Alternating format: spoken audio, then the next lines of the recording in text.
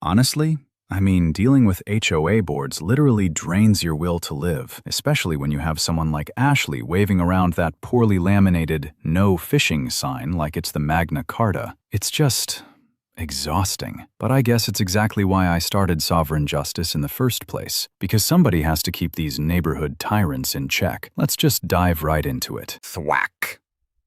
That was the sound of a mud-caked, algae-covered, profoundly heavy clump of absolute garbage hitting my stainless steel garage workbench. Water, smelling strongly of duckweed and decades of suburban decay, puddled around it, dripping onto the concrete floor. Embedded within this dark, foul-smelling mass of sludge was a shopping cart caster wheel, the mangled frame of what used to be a pair of Ray-Bans, and a solid, congealed block of pennies, nickels, dimes, and quarters.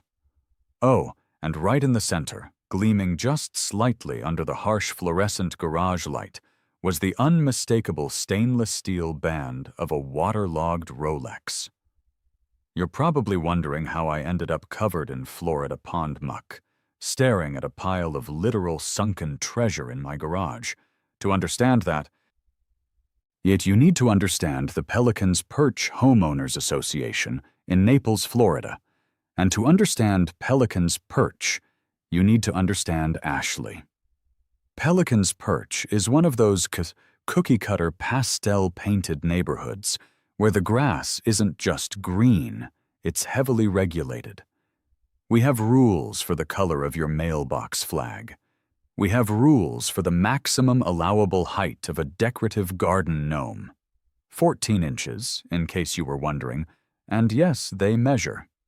It's a place where retirees with too much time and not enough hobbies go to exercise petty authoritarianism over their neighbors.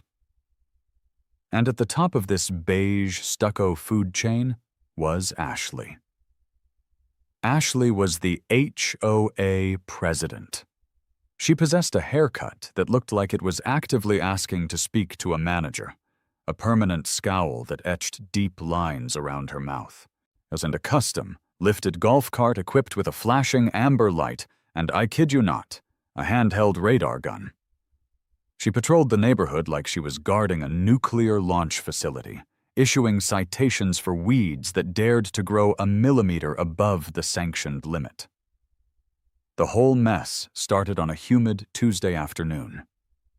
My 10-year-old nephew, Tommy, was visiting for the week. Tommy is a good kid, quiet, entirely obsessed with the outdoors. I had bought him a cheap, closed-face spinning reel combo from Walmart, and we walked down to the community pond. Now, this pond is a massive, man-made retention lake sitting right in the middle of the development.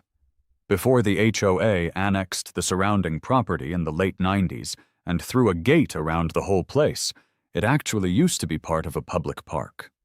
For 30 years, people had been walking around it, tossing coins into it, dropping their keys into it, and generally treating it like a giant, stagnant wishing well. We set up on the grassy bank. I baited Tommy's hook with a little piece of bread. We were just going for bluegill, nothing crazy.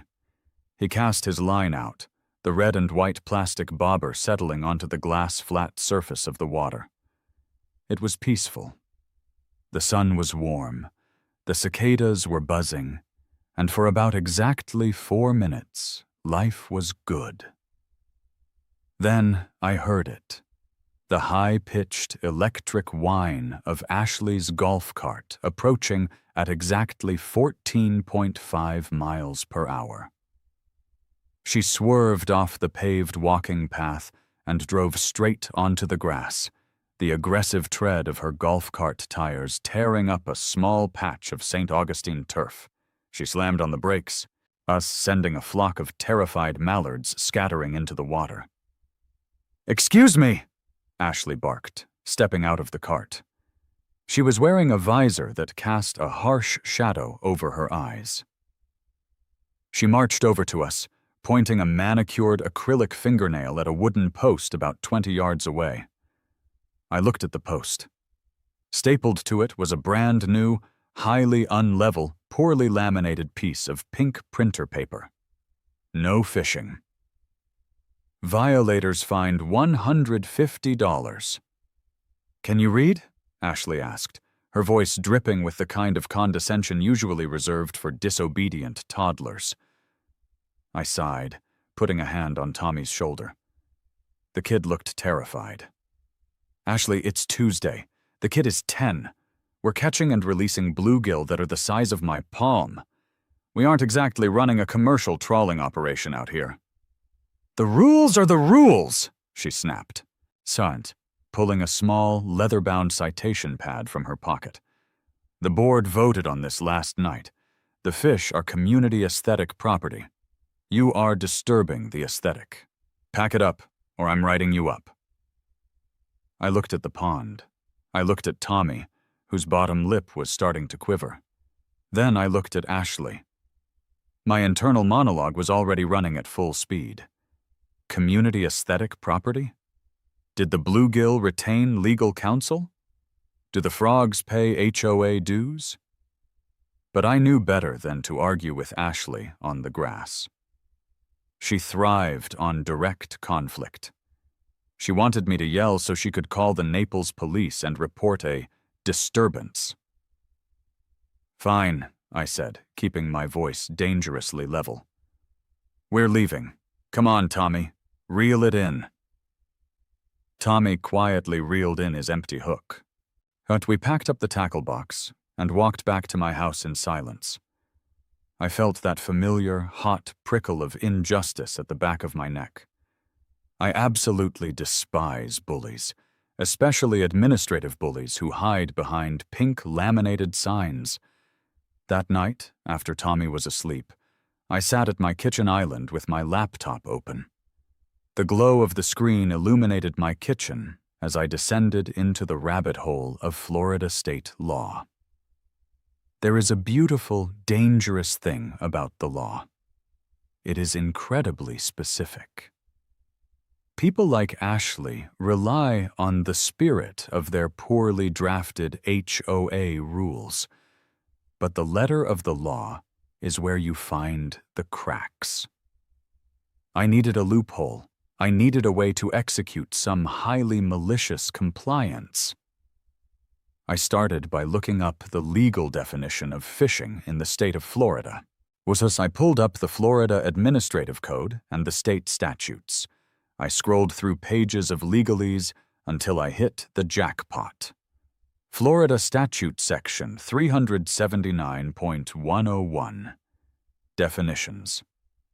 I leaned closer to the screen, reading the text carefully. The statute defined the act of fishing strictly and explicitly as the catching, taking, or attempting to catch or take wildlife. I blinked. I read it again. Wildlife. Fish, frogs, turtles, gators, living organisms. I leaned back in my chair, a slow, predatory grin spreading across my face. What about taking metal? What about extracting inanimate, non-biological objects from the substrate of a community waterway? That wasn't fishing. By the strict legal definition recognized by the state of Florida, that was something entirely different. I opened a new tab and went to Amazon, and I searched for magnet fishing kit. I bypassed the beginner models. I didn't want a toy. I scrolled down until I found what I was looking for. A double-sided neodymium magnet with a certified, tested pull force of 1,200 pounds. It came with 100 feet of heavy-duty, marine-grade paracord and a pair of thick tactical gloves. It was designed for pulling engine blocks out of canals. I hit Buy Now with next-day shipping.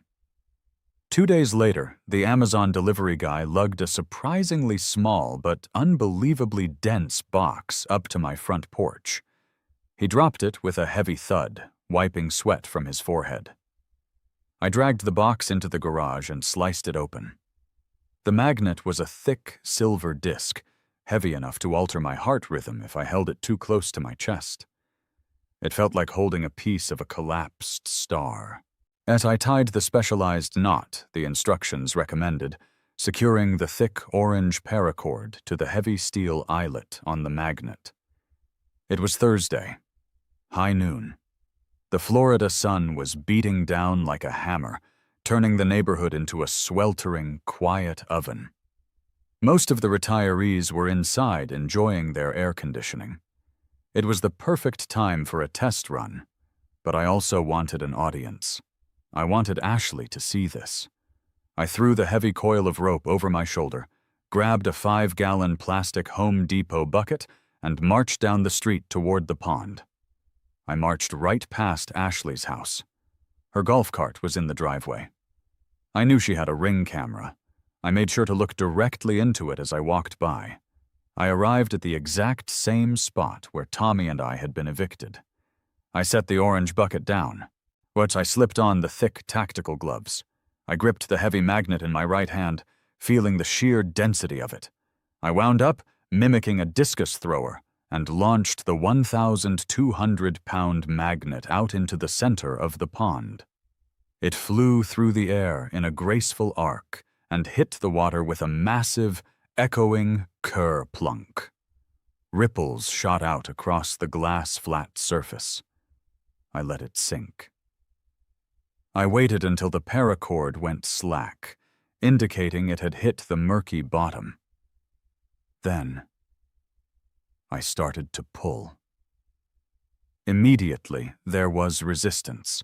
Not the jerking, frantic pull of a fish, but a heavy, dead, dragging weight. It felt like I had hooked the tectonic plate. I planted my boots into the soft grass, leaned back, and hauled hand over hand. The squelch of the mud at the bottom of the pond vibrated up the rope, but I could feel the magnet dragging through decades of accumulated sediment. Then, I felt a distinct, solid clack travel up the line.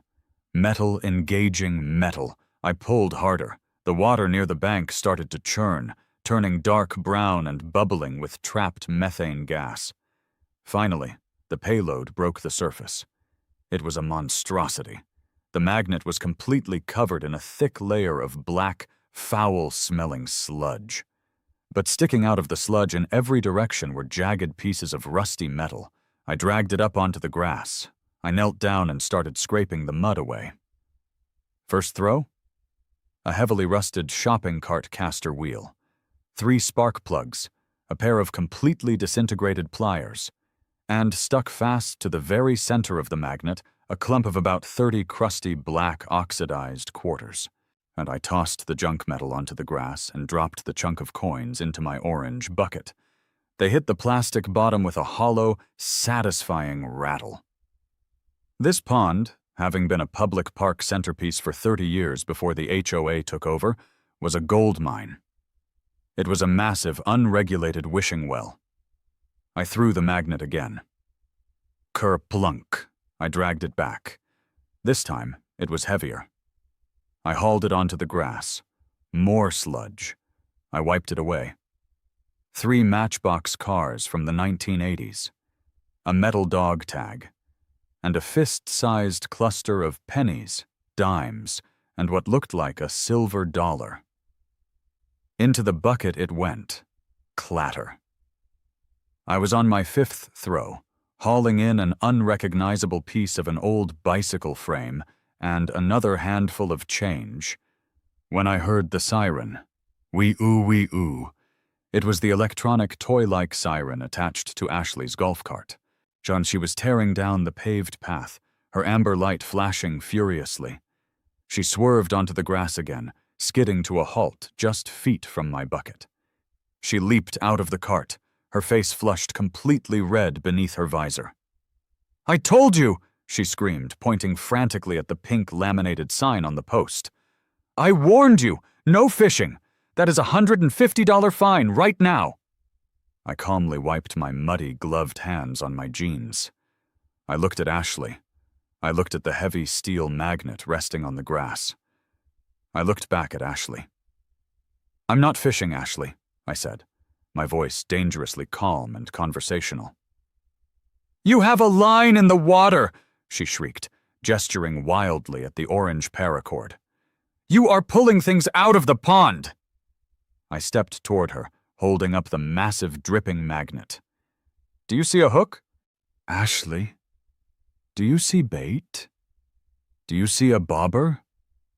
She blinked, momentarily thrown off by the sheer size of the metal disc. "What? What is that?" "This," I said, tapping the heavy steel, "is a neodymium magnet. I am not fishing. I am engaging in magnetic environmental remediation.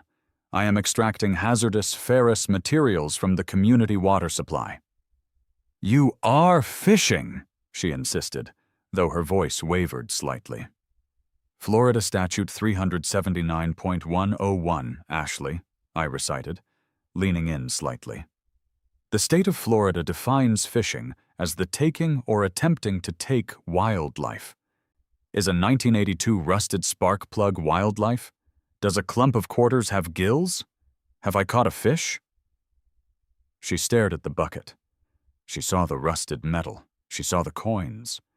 Her jaw clenched so tight I thought her acrylics were going to snap. You can't do that," she sputtered. "Show me the rule," I challenged.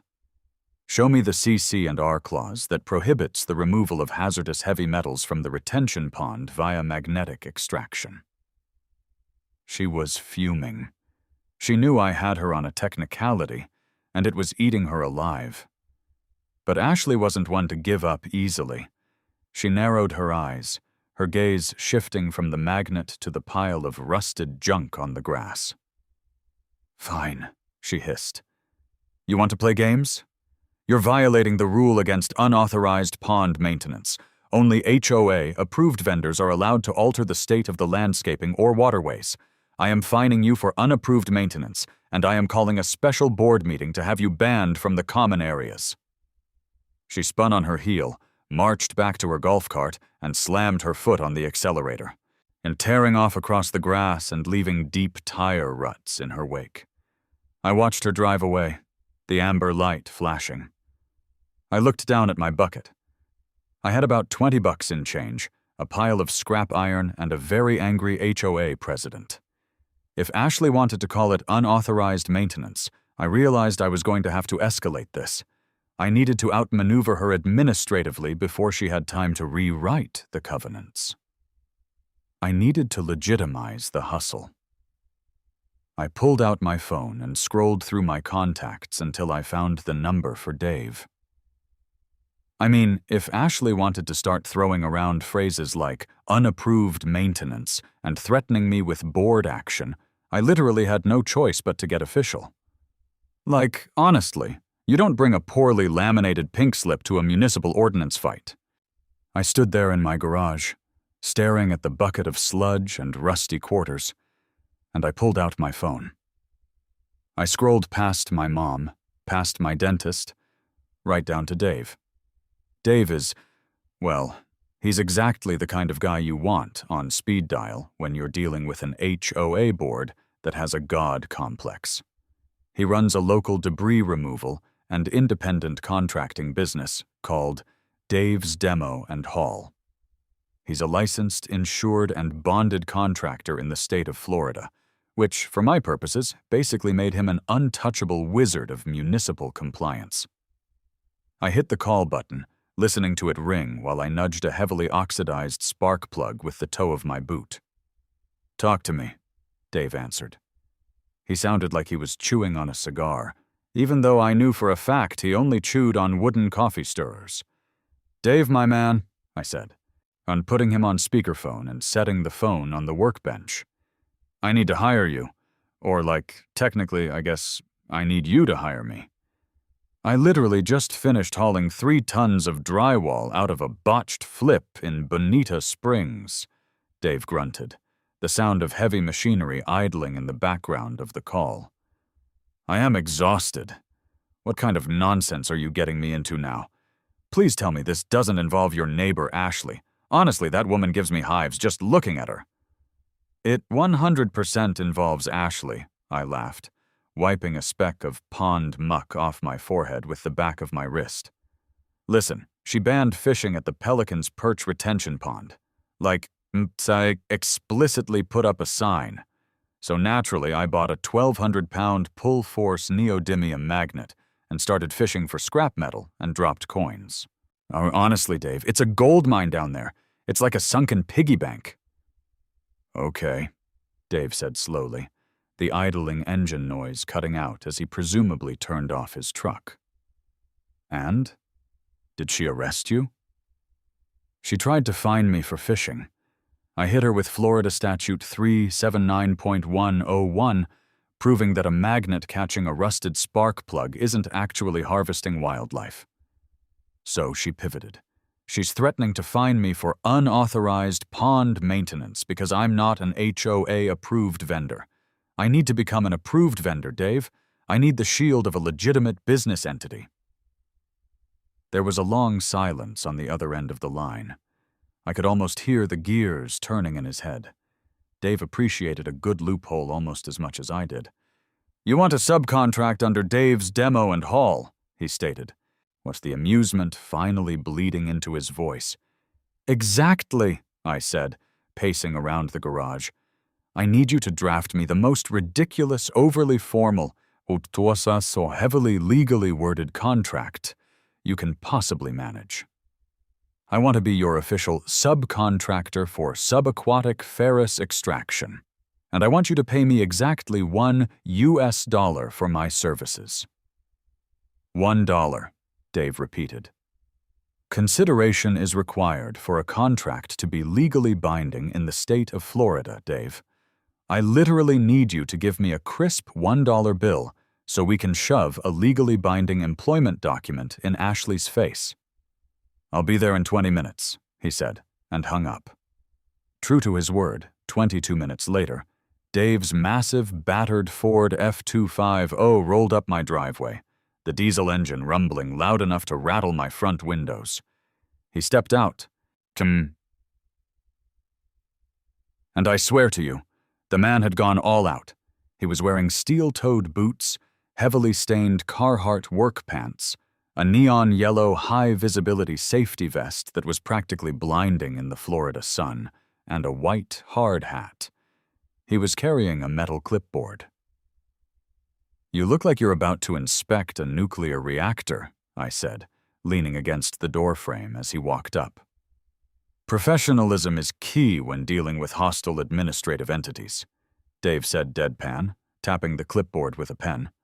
"I printed out the standard independent contractor agreement I use for my day laborers. I just, modified the scope of work." We walked into the kitchen. I poured us both a glass of ice water while Dave slapped the clipboard down on the granite counter. "Read it," he commanded. I looked down at the paper. It was beautiful. And at the top, in bold, aggressive font, was the letterhead for Dave's Demo and Haul LLC.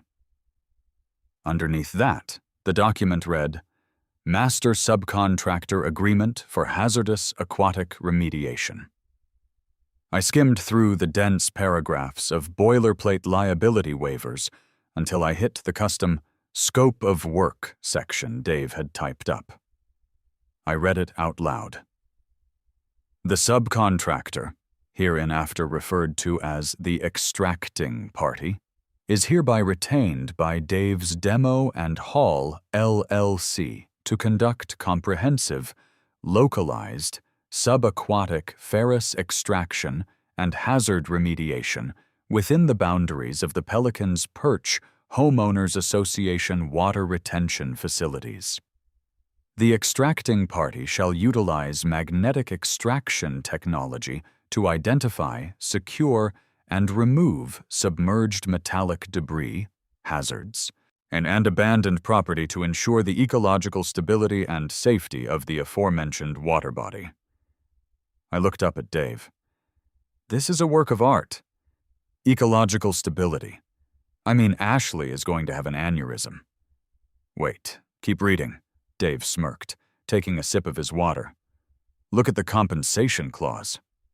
I looked back down. In exchange for the hazardous remediation services rendered, Dave's Demo and Haul LLC agrees to compensate the extracting party the sum total of $1, one United States dollar per annum, paid in advance, receipt of which is hereby acknowledged.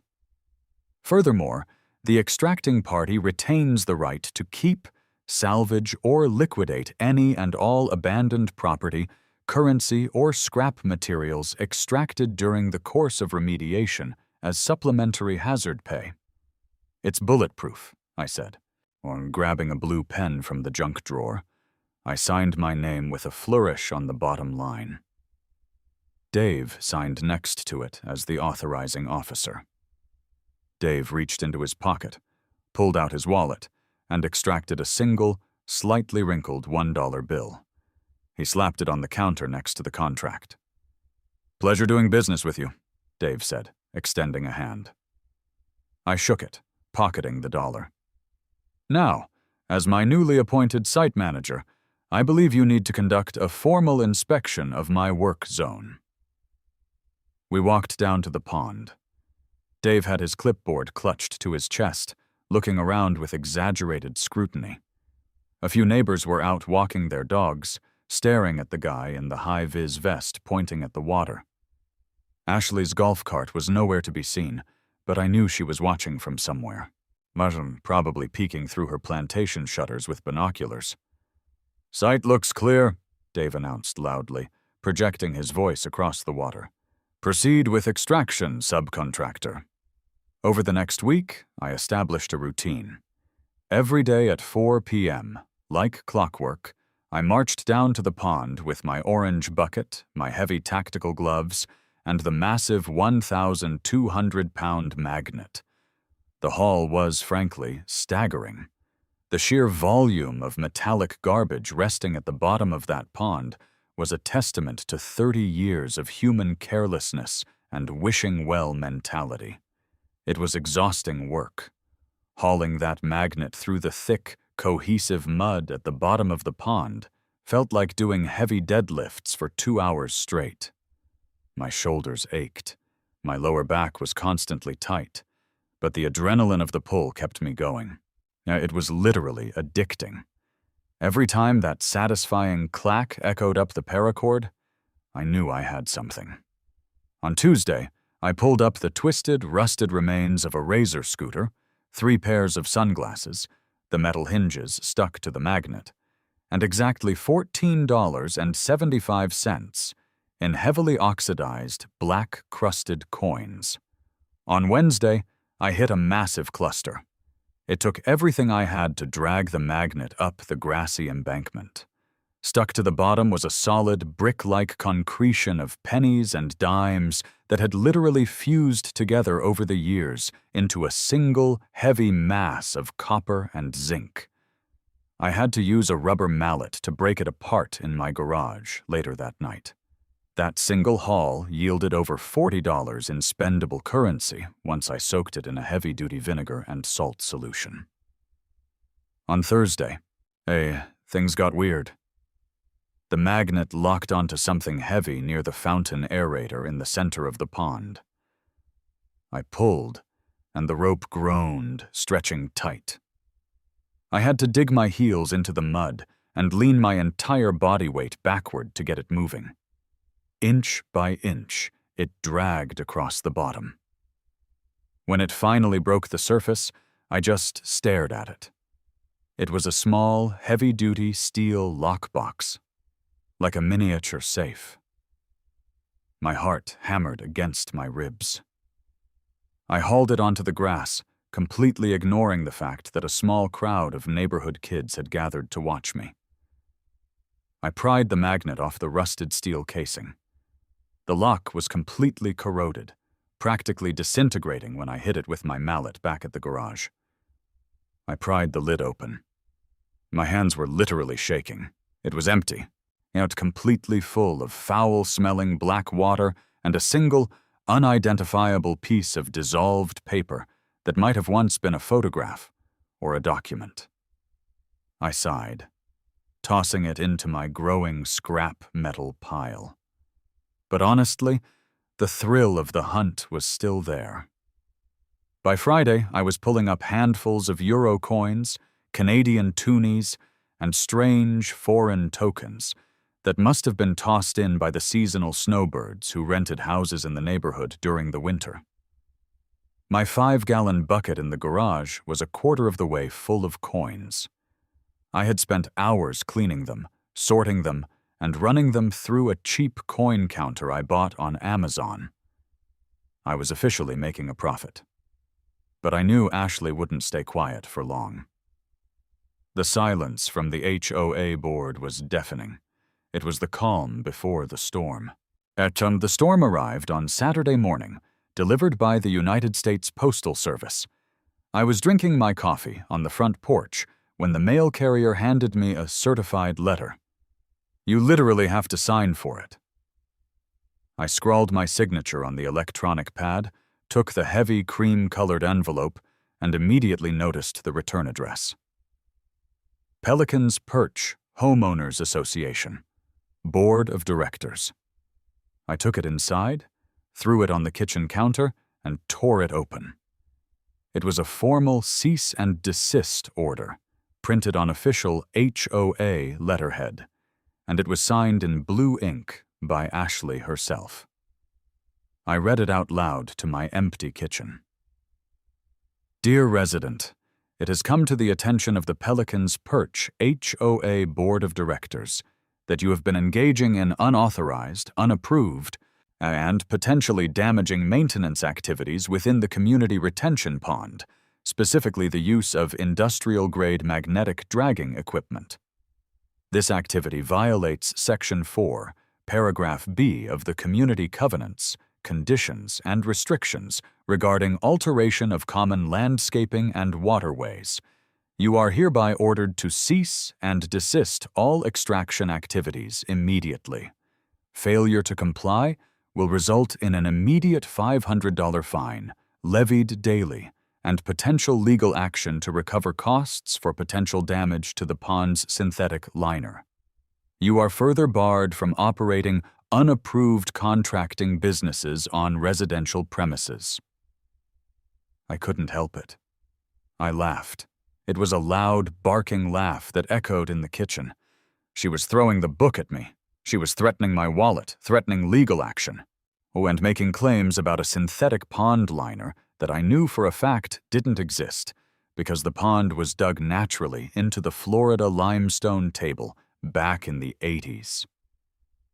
I grabbed my phone and took a picture of the letter, texting it immediately to Dave. "We've got mail," I typed. My phone rang less than a minute later. "She went for the cease and desist," Dave said, sounding entirely too excited for a Saturday morning. "Classic Ashley overreach, claiming you're running a business from the house? And threatening me with fines for damaging a non-existent pond liner," I added, leaning against the counter. "She's trying to bury me in paperwork, Dave. She thinks because she has HOA letterhead, she holds all the cards." "Oh, she doesn't know who she's dealing with," Dave chuckled. "I'm coming over. We aren't just going to respond to this. We are going to absolutely dismantle it. I've been doing some light reading on the Naples Municipal Code regarding private water retention facilities." When Dave arrived an hour later, he didn't have his high-vis vest, but he did have his laptop and a thick, yellow legal pad covered in chicken scratch. He slammed the laptop down on the counter, waking up my laptop right next to Ashley's letter. "Okay, here's the play," Dave said, pulling up a PDF document filled with dense, municipal legalese. Ashley is citing the CC and Rs. The CC and Rs govern the contract between you and the HOA.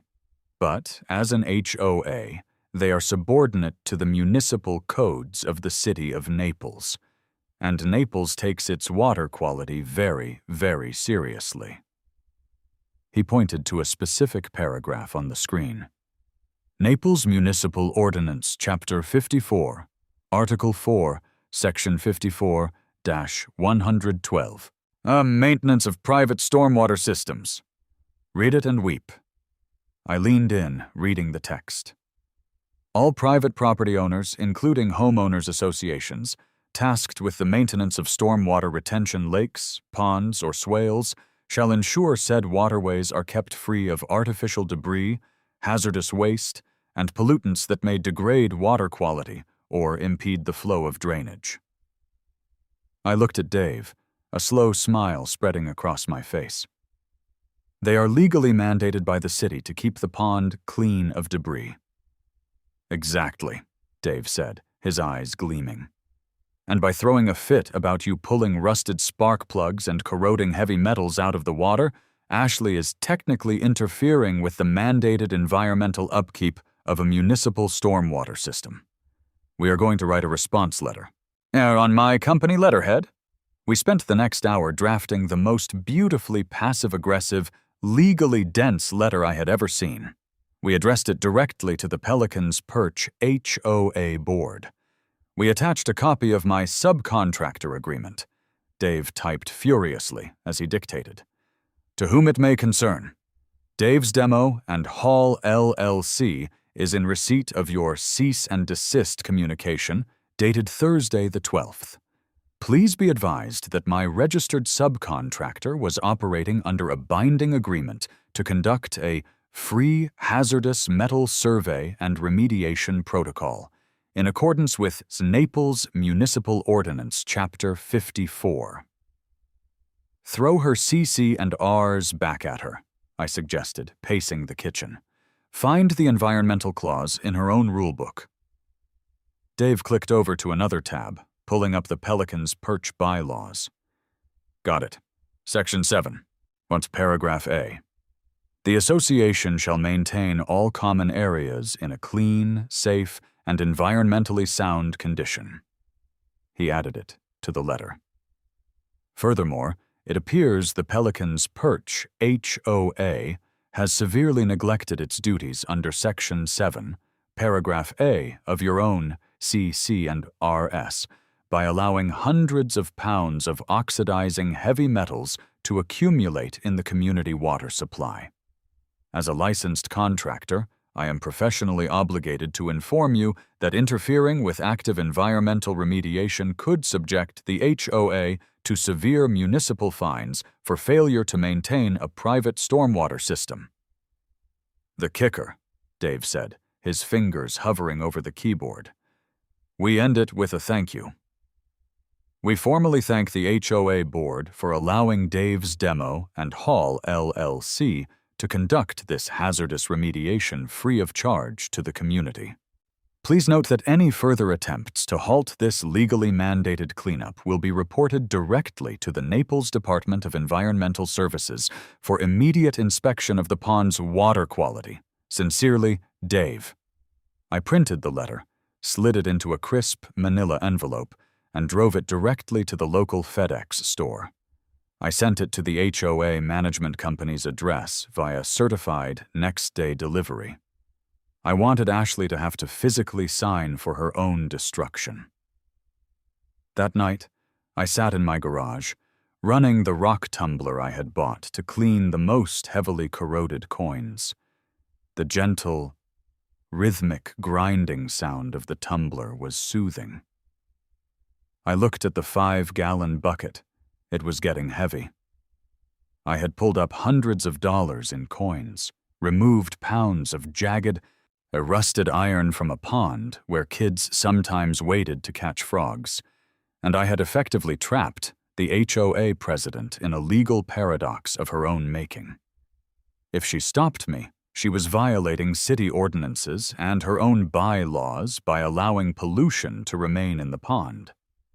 If she let me continue, she had to sit there and watch me extract untaxed, tax-free cash from community property while blatantly ignoring her pink laminated sign. I knew she wouldn't back down. Ashley was the type of person who would rather burn the entire neighborhood to the ground than admit she was wrong about a rule. The stage was set for Saturday. Prime time. I knew she had received the letter by Friday afternoon because the FedEx tracking updated. I also knew that Saturday mornings were when Ashley liked to patrol the neighborhood in her golf cart. while ensuring everyone's garbage cans were hidden from street view by exactly 9 a.m. I woke up early on Saturday. The air was thick with humidity, the sky a bruised purple before the sun fully broke over the horizon. I drank a protein shake, strapped on my tactical gloves, grabbed my bucket, and hauled the 1,200-pound magnet down to the pond. I didn't go to my usual spot. I went directly to the section of the bank that ran parallel to the main thoroughfare of the neighborhood, the most visible spot possible. Anyone driving in or out of the front gates would have to look right at me. I wanted a show. I got a blockbuster. I had been out there for about 45 minutes. A small crowd of early morning joggers and dog walkers had naturally gathered, pausing on the paved path to watch. But I had already pulled up a heavily rusted license plate from 1998 and a handful of quarters. Then I cast the magnet out far, almost to the center aerator. It sank. I pulled the slack tight, and the magnet locked onto something so heavy, so immovably dense, that it nearly ripped the paracord out of my gloved hands. "Whoa," I muttered, bracing my boots in the mud. I leaned back, putting my entire body weight against the rope. It didn't budge. "You stuck on a rock?" one of the joggers asked, a guy named Mark who lived a few doors down from me. "Magnets don't stick to rocks, Mark," I grunted, sweat beading on my forehead. "I'm hooked on a Ford Taurus, or a literal treasure chest." I wrapped the thick orange cord around my waist to get better leverage, turning sideways and driving my legs backward like I was in a tug-of-war tournament. Slowly, as agonizingly, the heavy mass at the bottom of the pond began to shift. It dragged across the bottom, kicking up a massive plume of dark brown mud that clouded the water. I hauled it hand over hand, my muscles burning. Whatever it was massive, and it was absolutely coated in magnetic debris. As it neared the shallow water, the shape started to emerge from the murk. It wasn't a car, and it wasn't a safe. It was a massive, tangled, rusted mass of wire fencing, probably construction debris from when the houses were built 30 years ago. But that wasn't what made my jaw drop. Because this massive knot of rusted wire had been sitting at the exact center of the pond for 3 decades, it had acted like a physical net, catching almost every single coin that had been tossed toward the fountain. The magnet had locked onto the rusted wire, but pulling the entire structure up. And caught within the tangled wire, fused to the rust by years of mineral buildup, were hundreds, maybe thousands, of coins. It looked like a metallic, currency-encrusted coral reef. "Holy crap," Mark whispered, stepping off the path onto the grass. I dragged the monstrosity onto the bank. It weighed at least 60 pounds. The mud sloughed off, revealing patches of silver and copper glinting in the morning sun. It was a literal jackpot. And right at that exact moment, the electronic siren wailed. Wee-oo, wee-oo. Ashley's golf cart came tearing around the corner, taking the curve so fast the cart went up on 2 wheels for a terrifying second. She slammed the brakes, the cart skidding sideways on the wet grass, stopping inches from my bucket. She didn't just step out of the cart, as she launched herself out of it. She was wearing her visor, a bright pink polo shirt, and an expression of pure, unadulterated fury. She had a thick manila folder clutched in her hand. Dave's letter. "That is it!" she screamed, her voice cracking with hysterical rage. She pointed a trembling finger at the massive, coin-encrusted wire ball. "You are stealing! You are destroying community property! You are poaching!" I stood up straight, wiping a streak of mud off my cheek. "Good morning, Ashley. Beautiful day for some mandated environmental cleanup, isn't it?" "I read your fake contractor letter," she shrieked, advancing on me. She literally shoved the manila envelope into my chest. "You think you're so smart? You think you can use some obscure city ordinance to bypass the HOA board? Well, I am not playing games anymore. I am calling the police!" She whipped her phone out of her pocket, her thumbs flying across the screen with aggressive speed. The crowd of dog walkers and joggers murmured nervously. A few people pulled out their own phones, clearly sensing that this was about to become prime neighborhood drama. "Ashley, honestly, call them," I said calmly, stepping away from the wire ball.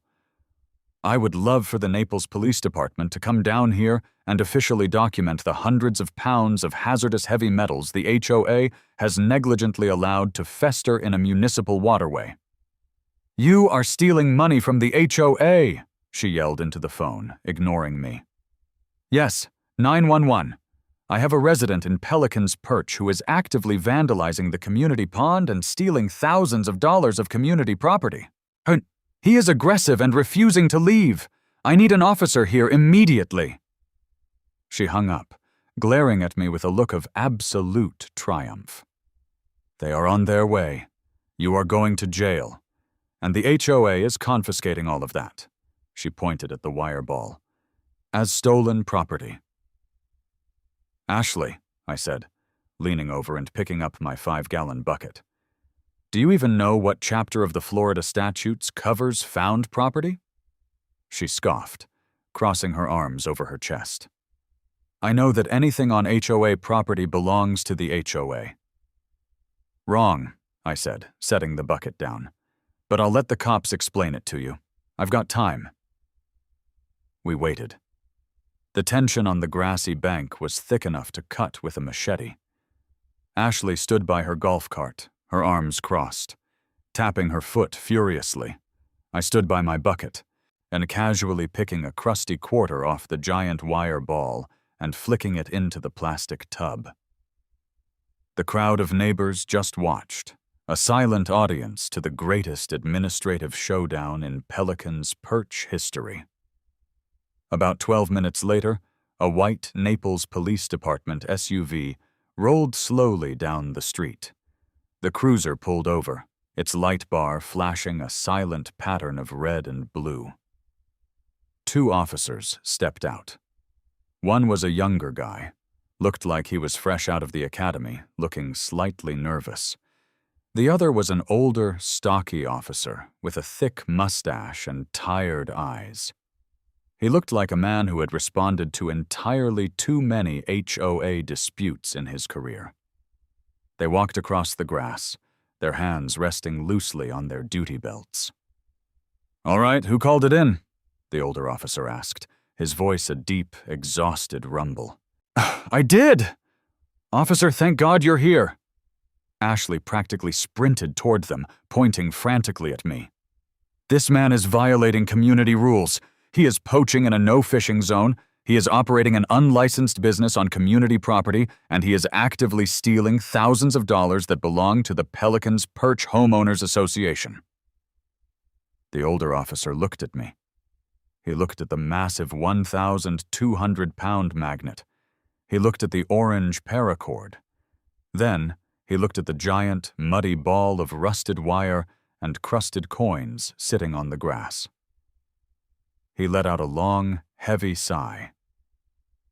"Sir," the officer said to me, "can you explain what's going on here?"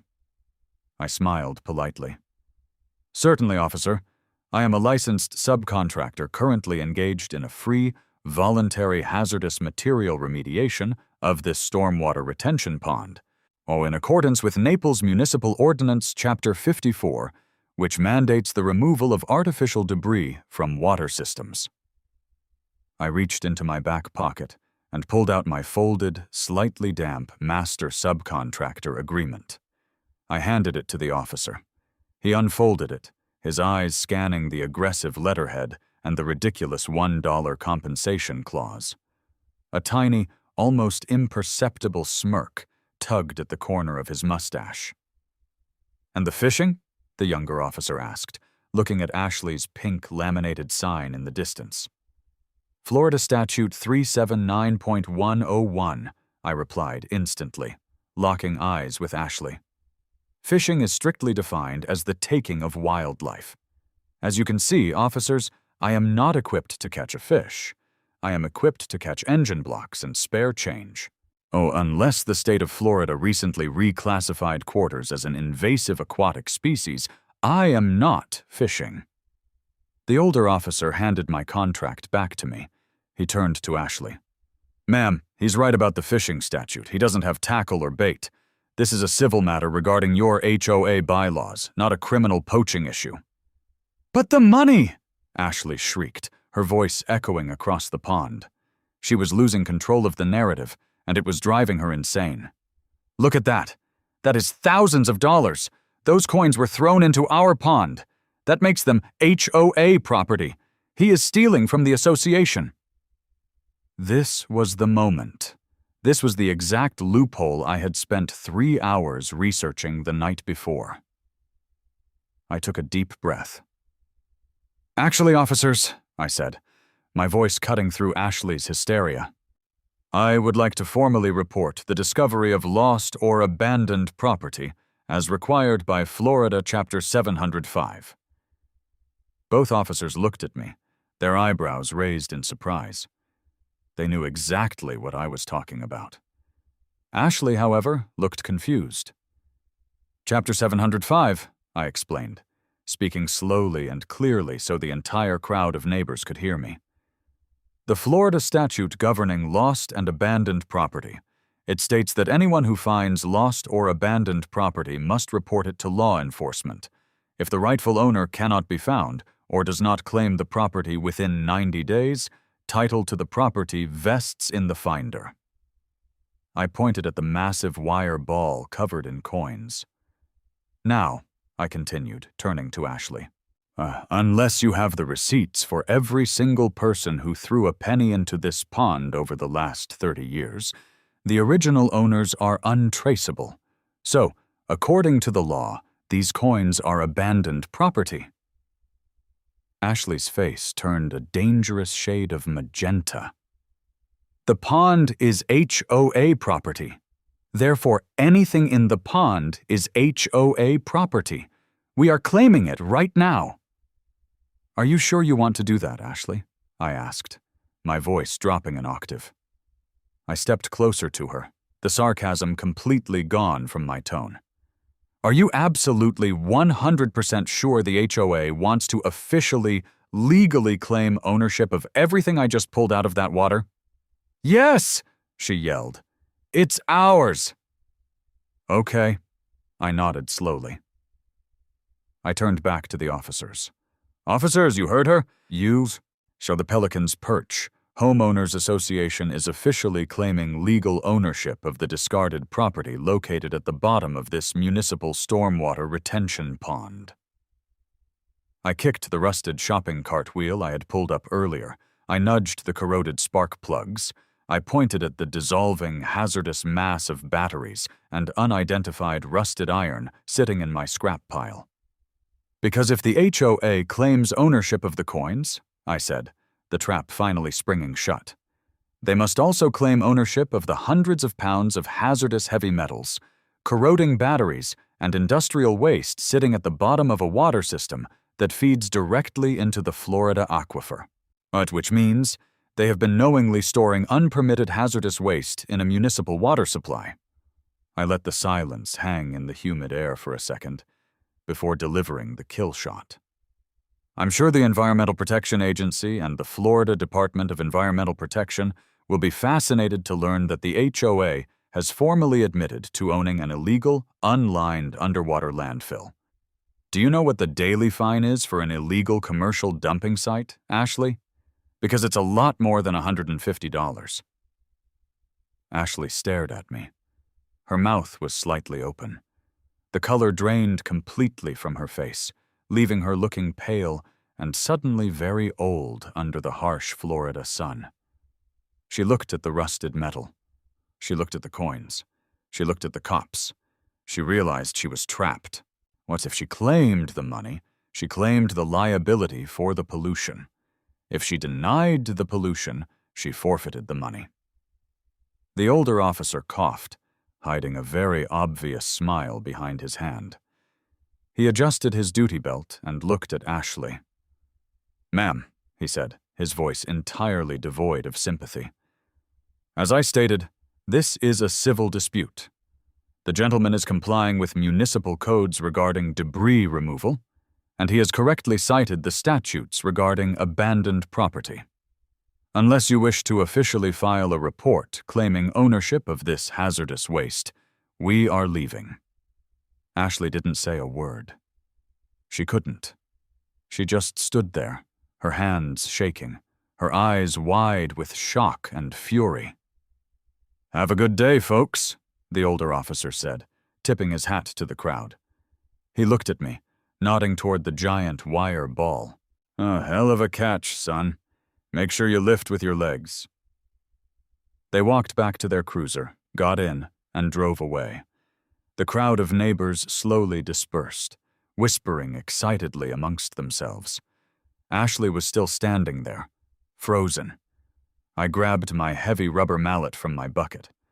I walked over to the giant ball of rusted wire and swung the mallet hard, smashing it against a thick cluster of fused quarters. Crack! The rust shattered, and a shower of silver coins rained down onto the grass. "I'll be out here again tomorrow at 4, Ashley," I said casually, dropping the coins into my bucket. "Unless, of course, you want to hire Dave's demo and haul officially to finish the job. Our corporate rate is $150 an hour." She spun around, practically running back to her golf cart. She slammed it into reverse, peeled out across the grass, and sped away down the street without looking back. The battle on the bank was won. But I knew Ashley. She wasn't done. She had the board. She had the HOA meetings.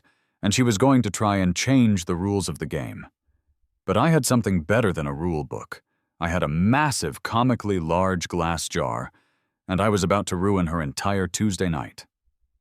Honestly, spending the next 3 days in my garage felt like I was running an illicit subterranean bank out of my own home.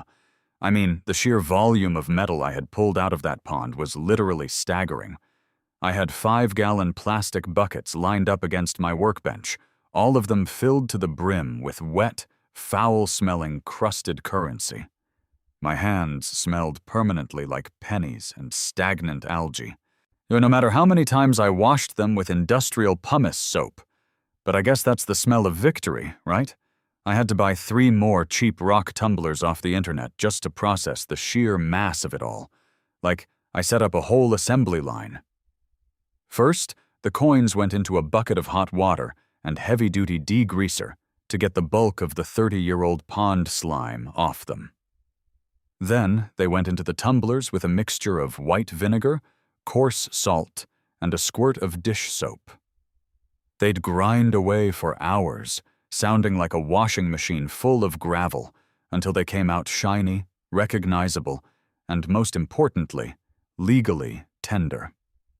After they were clean, I had to sort them. I bought an electronic coin sorting machine, the kind they use in small retail stores, and it was literally running non-stop.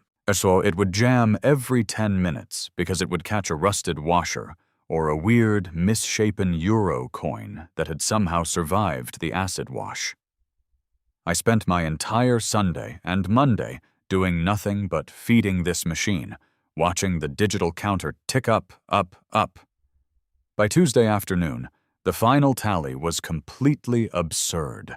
I had separated the scrap metal, which Dave generously hauled away to the salvage yard for a few extra bucks in his pocket. But the spendable, legal United States currency, $3,412.85. $3,412.85. I literally laughed out loud when I saw the final number. Ashley had tried to fine me $150 for fishing, and instead she had basically handed me a down payment on a used car. But I didn't want a used car. I wanted to make a point. But I wanted to execute a level of malicious compliance so profoundly petty that the Pelican's Perch Homeowners Association would remember my name for the next decade. The monthly HOA board meeting was scheduled for 7 p.m. that Tuesday evening at the community clubhouse. Now, the clubhouse is exactly what you'd expect from a place like this. It smells faintly of chlorine from the adjoining pool and aggressively of stale potpourri. It's decorated in what I can only describe as 1990s tropical depression. Lots of faded wicker furniture, aggressively floral cushions, and bad watercolor paintings of herons. I knew Ashley was going to be ready for me. After the complete humiliation at the pond with the Naples Police Department, she had undoubtedly spent the last 3 days plotting her revenge. I checked the community portal online, and sure enough, she had amended the meeting agenda. Right there, under New Business, was an item titled Emergency Resolution to Ban Subaquatic Ferrous Extraction, Magnets, Ropes, and Salvage Equipment on Community Property. She was trying to change the rules of the game retroactively, but honestly, she was playing checkers while I was out here playing administrative 4D chess. At 6:45 p.m., I loaded up my cargo. I couldn't just walk in with the money. That wouldn't make an impact. I needed a visual. I had gone to a local brewing supply store and purchased a massive, comically large glass carboy, the kind they use to ferment 10 gallons of beer. It was thick, heavy glass.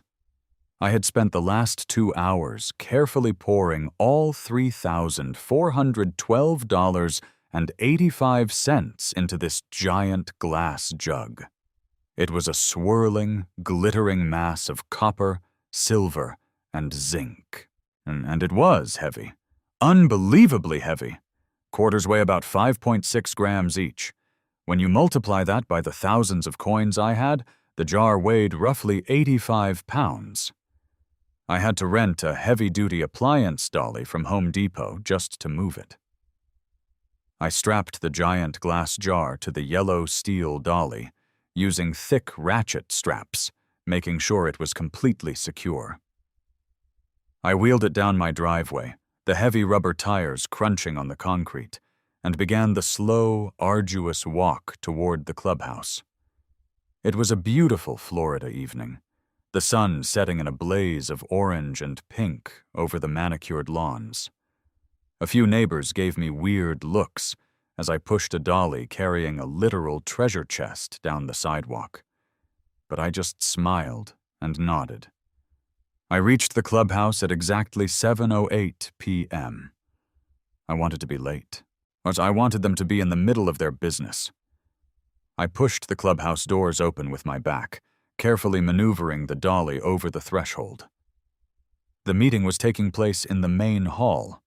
About 30 folding chairs were set up in rows, mostly filled with retirees who treated these meetings like a spectator sport. At the front of the room was a long folding table. Sitting in the dead center, looking like a monarch presiding over her loyal subjects, was Ashley. She had a gavel, an actual wooden gavel. She was mid-sentence when I walked in. And furthermore, the sheer destruction of the community aesthetic by these rogue elements cannot be tolerated. Ashley was projecting her voice into a cheap microphone. We must act swiftly to protect the property values of Pelican's Perch from this. Was this industrial scavenging? I pushed the dolly down the center aisle. The rubber wheels squeaked loudly against the linoleum floor. Squeak, squeak, squeak. Every single head in the room turned. I stopped right in the front row, directly in front of the board's table. I tipped the dolly back, letting it rest on its base with a heavy, resonating thud that made the floorboards vibrate. The giant glass jar caught the harsh fluorescent lighting of the clubhouse, sparkling like a beacon of absolute defiance. Ashley stopped talking. Her mouth hung open slightly. The microphone let out a high-pitched squeal of feedback before she fumbled to mute it. She stared at the jar, her eyes wide, the color draining from her face. "Good evening, board members," I said, projecting my voice so the entire room could hear. I didn't need a microphone. Sorry I'm late. I had to stop and secure some community assets. The room was dead silent. You could literally hear the hum of the air conditioner. What is the meaning of this? An older man sitting to Ashley's right asked. He was the HOA treasurer, a guy named Arthur, who always looked like his tie was tied too tight. What is that? This, Arthur, I said, patting the cold glass of the carboy, is $3,412.85.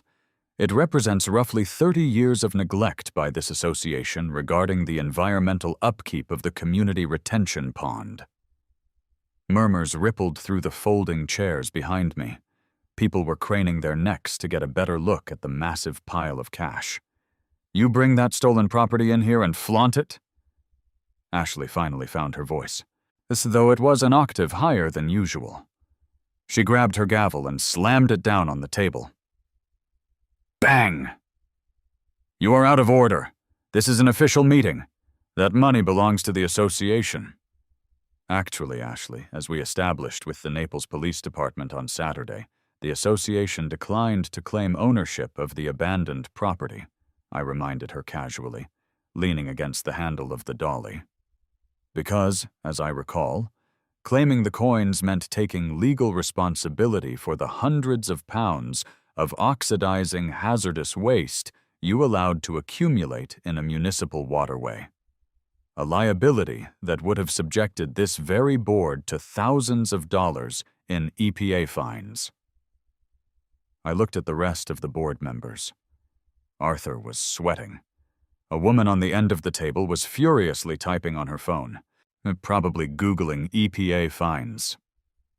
I saved you, honestly, I said, putting a hand on my chest in mock sincerity.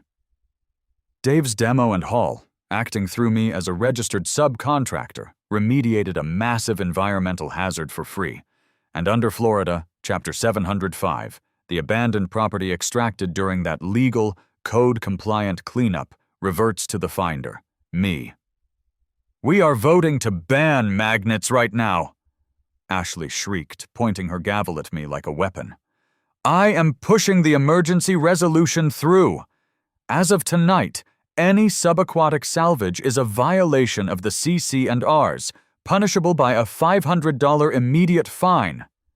She looked around the table at her fellow board members. Do I have a motion to pass the emergency resolution to ban salvage equipment? I guess I'll motion, Arthur stammered, after looking nervously between Ashley and my giant jar of coins. Seconded, said the woman at the end of the table. All in favor? Ashley demanded, her eyes locked on me with a look of pure, manic triumph. I cleared my throat loudly. Point of order, Madam President, I said, my voice cutting through the tension. You don't have the floor, Ashley snapped. Actually, under Robert's Rules of Order, which your bylaws explicitly state govern all HOA board proceedings, any member of the association can raise a point of order regarding procedural violations, I said, taking a step closer to the table. And you, Ashley, are currently in massive violation of Florida state law. The room gasped. I swear, a lady in the third row literally clutched her pearls. I pulled a folded piece of paper out of my back pocket, and I had printed this out right before I left the house. Florida Statute 720.303, Section 2, Paragraph C, I read loudly, making sure every syllable echoed in the silent room. Notice of any meeting in which regular or special assessments against parcels are to be considered for any reason shall specifically state that assessments will be considered and provide the nature, estimated cost, and description of the purposes for such assessments. Furthermore, notice of any meeting at which an amendment to rules regarding parcel use or common areas will be considered must be mailed, delivered, or electronically transmitted to the members and posted conspicuously on the property at least 14 days before the meeting. I lowered the paper. I looked Ashley dead in the eyes. 14 days, Ashley, I said softly. You drafted this emergency resolution on Sunday. You posted the agenda update yesterday. You did not provide the legally mandated 14-day notice to the community to alter the rules governing the use of the common area pond. Therefore, any vote you take tonight is procedurally invalid, legally void, and completely unenforceable. Arthur, the treasurer, dropped his pen. It clattered loudly on the folding table. He's right, Ashley. The state statute requires 14 days for rule changes on common areas. If we vote on this now, any homeowner could sue the board for procedural negligence. We are the board. We act in emergencies, Ashley yelled, her face turning that familiar, dangerous shade of purple. It's not an emergency, Arthur argued back, his voice shaking slightly. It's a guy with a magnet. But we can't risk a lawsuit over procedural errors. The HOA insurance won't cover gross negligence. The table devolved into chaos. The board members started arguing with each other. Ashley was banging her gavel repeatedly, but no one was listening to her. The crowd of residents behind me was buzzing, some laughing, some whispering in shock. I just stood there, watching the administrative empire crumble under the weight of its own rule book. It was, literally, a beautiful thing to witness. After about 3 minutes of shouting, Ashley slammed the gavel down one final time with such force I thought the handle was going to snap. "Fine," she screamed, her chest heaving. She glared at me with a hatred so pure it could have melted steel. "The motion is tabled for 14 days. We will post the notice tomorrow. And in exactly 2 weeks, your little magnetic hobby is illegal on Pelican's Perch property. Enjoy your victory tonight, because it is your last." She sat back down, crossing her arms, looking smug. She thought she had won the war, even if she lost the battle. She thought she was going to have the last laugh. But I didn't haul 85 pounds of loose change down the street just to give a legal lecture. "Oh, Ashley," I smiled, a wide, genuine smile. "I'm already done fishing. I've extracted all the valuable material. The pond is clean. I'm actually here for a completely different reason." I unhooked the ratchet straps holding the giant glass carboy to the dolly. I gripped the thick glass neck of the jar, braced my legs, and hoisted the massive 85-pound container off the metal base. I took 2 steps forward and slammed the jar down onto the folding table directly in front of Ashley. The cheap plastic table literally bowed under the weight. The wooden legs groaned. Thousands of coins shifted inside the glass with a loud, cascading crash. Ashley jumped back, nearly tipping her chair over. "What are you doing?" "I am conducting official HOA business," I announced, pulling a standard white business envelope from my front pocket. I tossed it onto the table next to the giant jar. "As you know," I said, projecting my voice to the back row, "the monthly HOA dues for Pelican's Perch are currently set at $94 a month. A steep price, honestly, but we do get lovely landscaping." I pointed at the jar. "Contained within this vessel is exactly $3,412.85 in legally minted United States currency, all properly cleaned, sanitized, and removed from the hazardous depths of our community pond." I pointed at the envelope. In that envelope is a formal written request, signed and dated by me, exercising my right as a homeowner in good standing to prepay my association dues. The realization hit Arthur first. His eyes widened comically. He looked at the jar, then at the envelope, then at me. You want to pay your dues with this?" "I am legally tendering payment for my HOA assessments," I confirmed, nodding at the treasurer. "At $94 a month, $3,000, $412 will cover my HOA dues for exactly 36 months. 3 years. With $28.85 left over, done, which you can apply as a credit to my account for the 37th month. Ashley was speechless. She was staring at the jar like it was an active bomb. "You can't do that," she finally whispered, her voice hoarse. We don't accept loose change." "Actually, Ashley, I checked the CC&Rs for that too," I said, leaning over the table. Section 4, Paragraph D. Assessments may be paid by check, money order, or legal tender. This is legal tender. It is a valid debt, and I am offering a valid payment. If you refuse to accept this payment, under federal law, the debt is considered discharged. I looked at Arthur. "Arthur, as the treasurer, are you officially refusing legal tender for an association debt?" Arthur looked terrified. He looked at Ashley, who was glaring at him, silently demanding he back her up.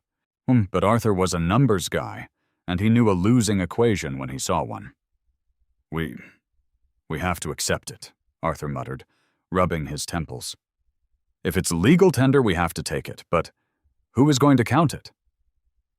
"That sounds like an administrative issue for the board to figure out," I smiled. "I recommend buying a heavy-duty coin counter, or, rolling them by hand. It's very therapeutic." I turned around, grabbed the handle of my empty appliance dolly, and started wheeling it back down the center aisle. The entire room erupted.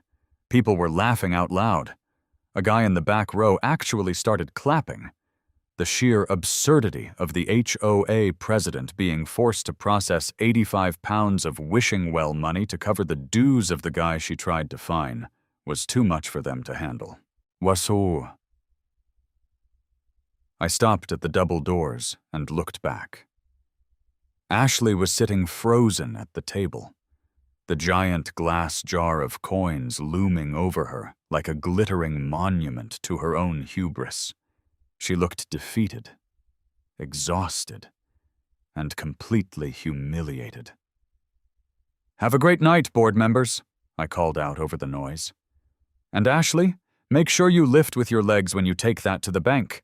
It's heavier than it looks." I pushed the doors open and walked out into the cool evening air, the squeak of the empty dolly sounding like a victory march all the way home. Fast forward a month. Life in Pelican's Perch had actually returned to somewhat normal. I mean, normal for a heavily regulated pastel nightmare, I guess. Ashley did not speak to me. If she saw me checking my mail while she was doing her golf cart patrols, and she would literally look in the opposite direction and accelerate. It was fantastic. True to her word, 14 days after that disastrous meeting, the board passed the new rule. I walked down to the pond the morning after the vote, and right next to the original pink laminated sign was a massive, professionally printed metal sign bolted securely to an aluminum post. It was a masterpiece of hyper-specific legislation. It read, "No fishing, no aquatic salvage, no magnetic extraction, no use of ropes, grappling hooks, or Ferris retrieval devices. No unauthorized removal of metallic or non-metallic debris. Violators will be fined $500 and prosecuted." I literally laughed until my sides hurt when I saw it. It was the Sovereign Justice Memorial Plaque. I took a selfie in front of it and made it the banner image for the channel. But the joke was entirely on them. It didn't matter. Because of the massive fuss Ashley made, and the formal letters Dave and I sent regarding the hazardous waste and municipal codes, the city of Naples actually sent an environmental inspector out to look at the retention pond. The inspector found high levels of oxidized iron and zinc in the water. Unsurprising, given what was still down there. The city formally cited the Pelican's Perch HOA for failure to maintain the stormwater system and mandated a full commercial dredging of the pond. And guess who won the municipal contract for the dredging operation? Dave. Because Dave's demo and Hall had already conducted a preliminary survey of the hazards, his bid was accepted by the city. He brought an actual backhoe and a commercial dredging barge out to the neighborhood for 3 weeks, and he got paid by the city. The HOA got hit with a massive assessment to cover the parts the city wouldn't, and Dave made a killing. He even found another $200 in change while he was digging up the mud, which he proudly kept. As for me, my HOA account portal currently shows a massive negative balance in green font. I am officially paid up through the year 2029. Every month, I get a physical statement in the mail showing my $94 deduction from the coin credit, as Arthur affectionately labeled it in the ledger. The pond is cleaner than it has been in 30 years. The ducks seem happier. And Tommy, my nephew, is coming back down to visit next month. We're going to go down to the pond. We aren't going to fish, and we aren't going to use magnets. We're just going to sit on the grass and throw a single shiny new quarter into the water just to see if Ashley's eye twitches from her living room window. So remember, guys, when they tell you that you can't fish for bass, just fish for cash.